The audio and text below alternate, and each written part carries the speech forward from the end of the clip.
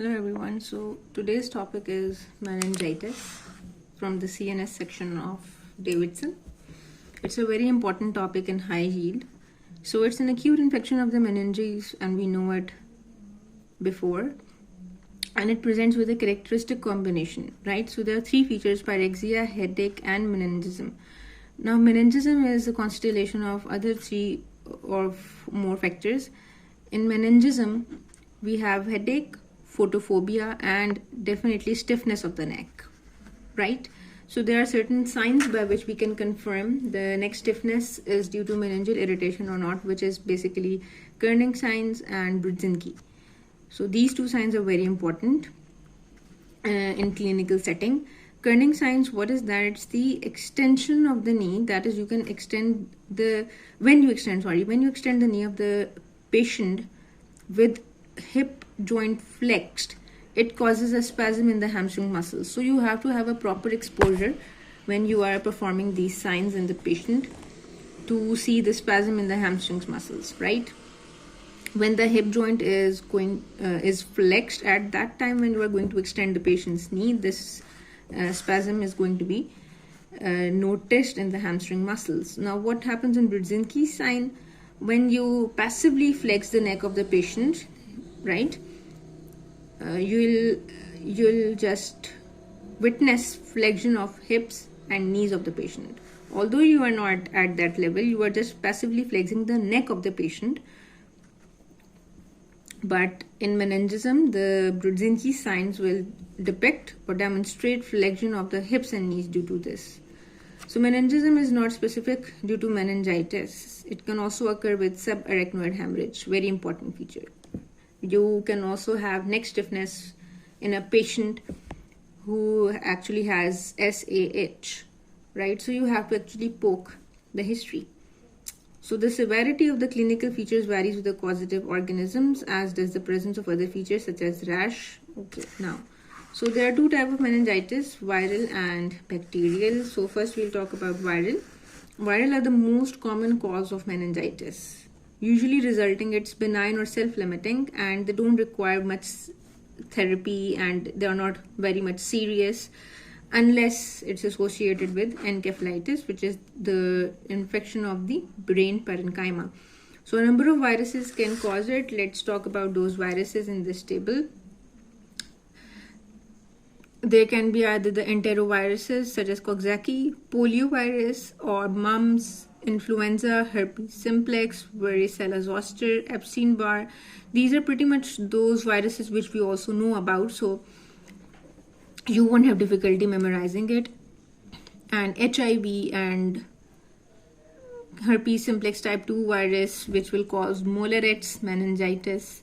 Maybe this is something that can appear in an MCQ.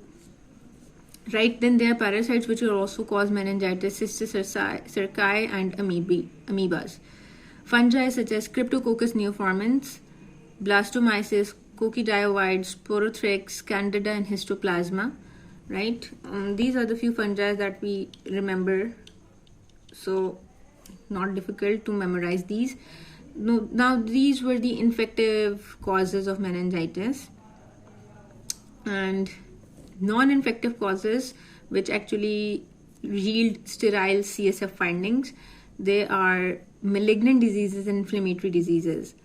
So in malignant, it could either be the bronchial carcinoma, cancer, or the breast cancer, leukemias, lymphomas, which can cause meningitis secondarily in the patient as a complication. And in inflammatory diseases, you can have sarcoidosis and systemic lupus erythematosus and Behçet's disease, patients presenting with meningitis. So if we just recall the three key features: pyrexia, headache, meningism, and in meningism we have headache, photophobia, and stiffness of the neck. So clinical features of viral meningitis is that it occurs mainly in children and young adults.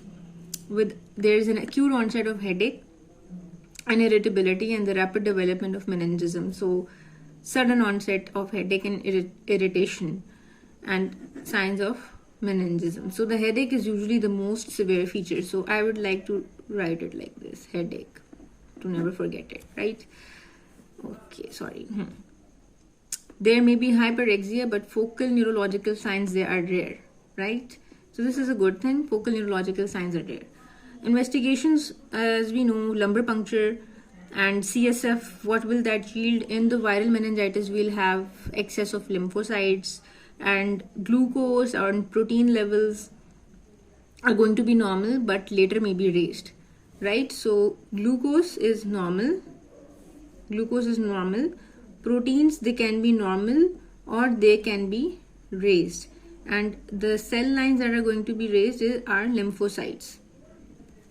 Okay, so these three important findings you need to memorize, and they are high yield. So what are they saying further is, it's important to verify that the patient has not received antibiotics prior to the lumbar puncture, as CSF lymphocytosis can also be found in partially treated bacterial meningitis. Now this is basically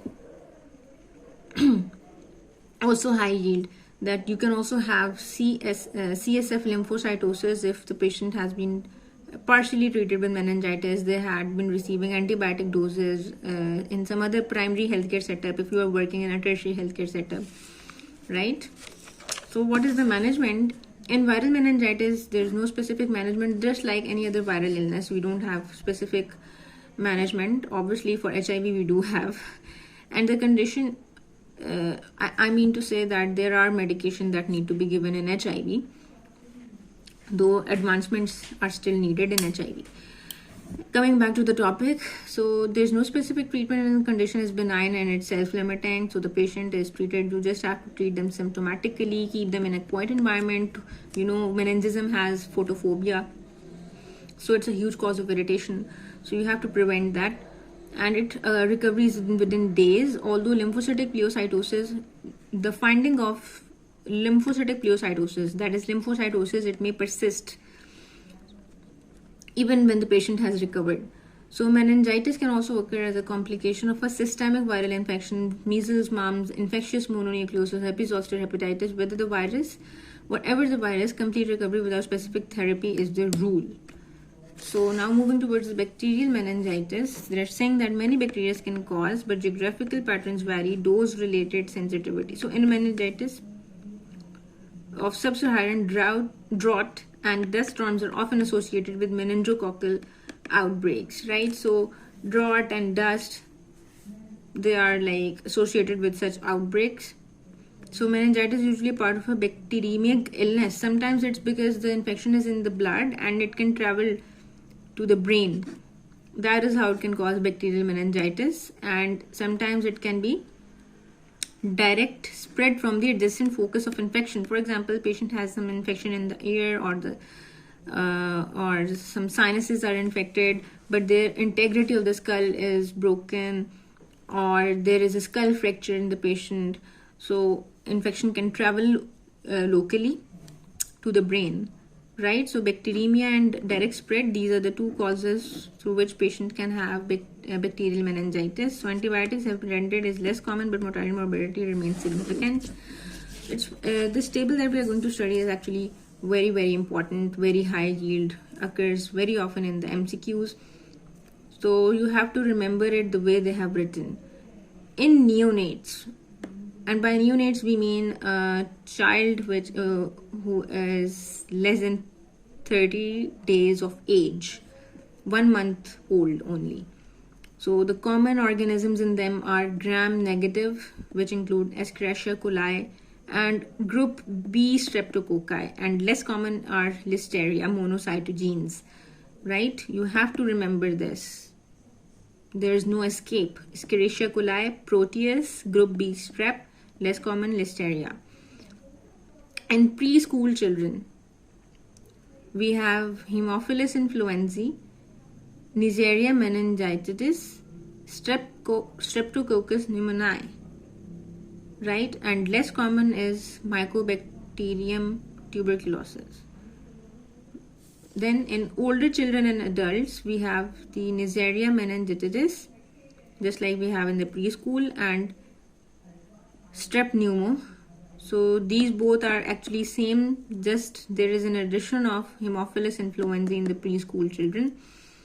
And in older child and adults, less commonly the causative agents can be Listeria, TB, Staph aureus in skull fractures. Another MCQ important point: in skull fractures, Staphylococcus aureus can be the causative agent, and Haemophilus influenza. Right? So you can just remember it by combining the less common agent in neonates and preschool children here, and then additionally Staph aureus. Haemophilus influenza is common causative agent in preschool children and child, but less common in older child and adult. Okay, so they are writing that an important factor in determining the prognosis is early diagnosis and prompt initiation of appropriate therapy. So meningococcus and other common causes of meningitis are normal commensals of the upper respiratory tract, right? Like strep pneumo, Haemophilus influenza. So new and potentially pathogenic strains are acquired by the airborne route, but close contact is necessary. So let's talk about the pathophysiology.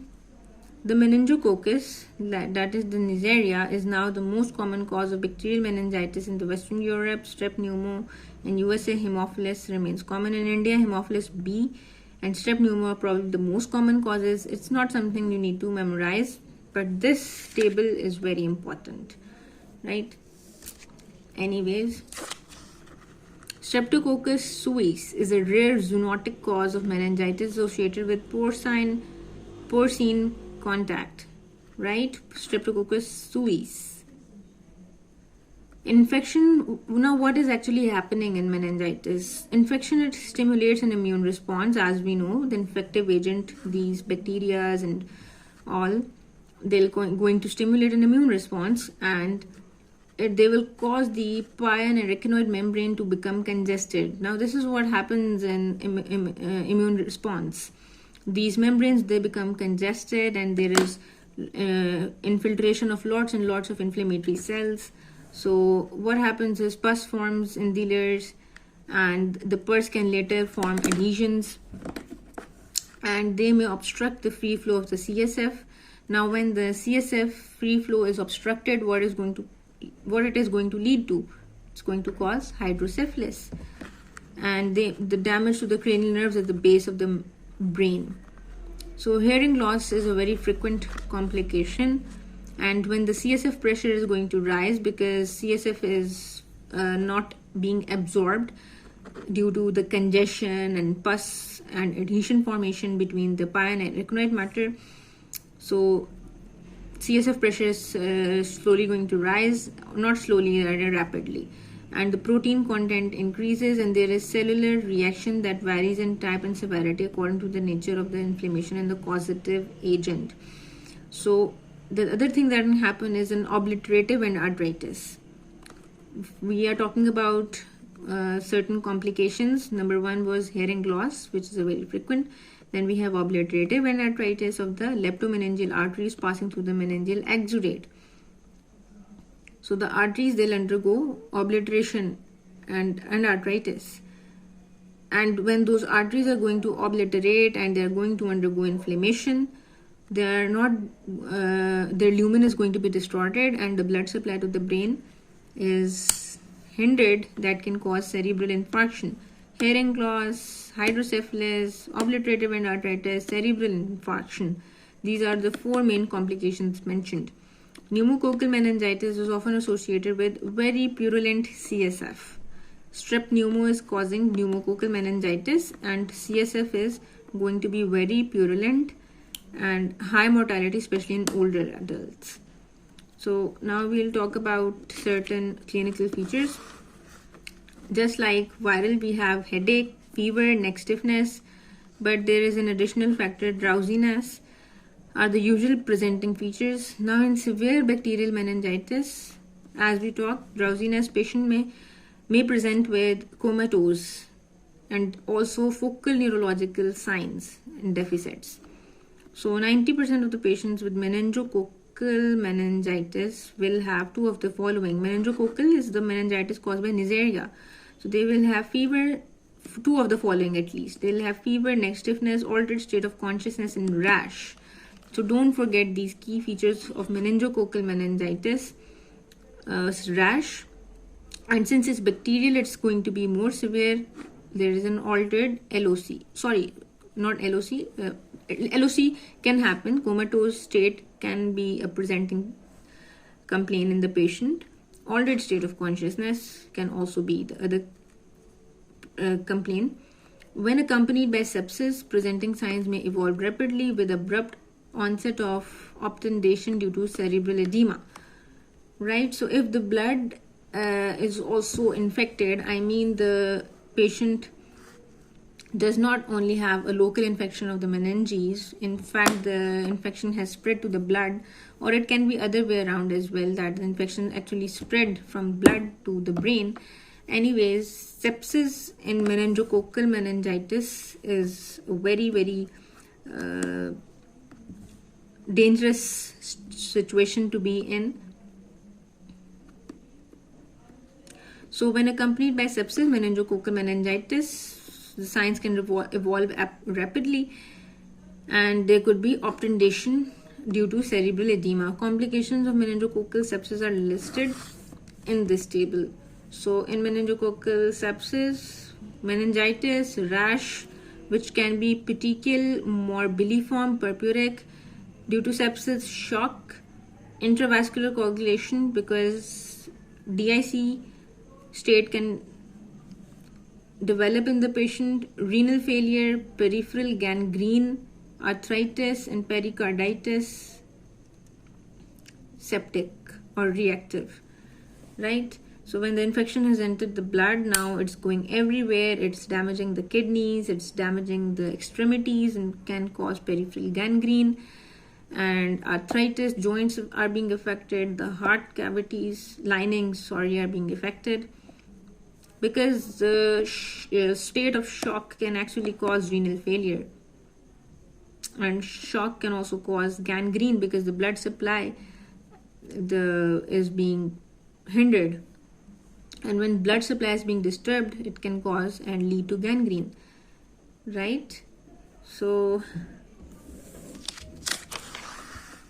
now they're saying that chronic meningococcemia is a rare condition in which the patient can be unwell for weeks and even months, with recurrent fever, sweating, joint pains, and transient rash, and it usually occurs in the middle-aged and elderly. Okay, so we also have a state of chronic meningococcemia, right? The features we were studying priorly were all about the acute onset of meningococcus meningitis. Now we also have chronic state of meningococcemia, and in this, patient will present with the complaints of being unwell for weeks or even months, and they'll have complaints in the history that they have been having recurrent fever, sweating, joint pain, and transient rash. And meningococcus is going to occur particularly in middle-aged and elderly, and those who had undergone splenectomy. So then we have pneumococcal and Haemophilus infections as well. Pneumococcal is by the strep pneumo, and Haemophilus infections or Haemophilus influenzae are the agents. So in these both causative agents, we can have a patient who priorly had otitis media infection in the ear. So pneumococcal meningitis can happen or be associated with pneumonia, and pneumococcal occurs especially in older adults and alcoholics and with hyposplenism. Listeria is an agent which causes meningitis and rhomboencephalitis. What's rhomboencephalitis? It's brainstem encephalitis, and it's mostly seen in immunosuppressed. Now, who are the immunosuppressed people? Either diabetics, alcoholics, and pregnant women. And listeria can also cause meningitis in neonates. So okay, so this table is about investigations. We'll continue this in the next part.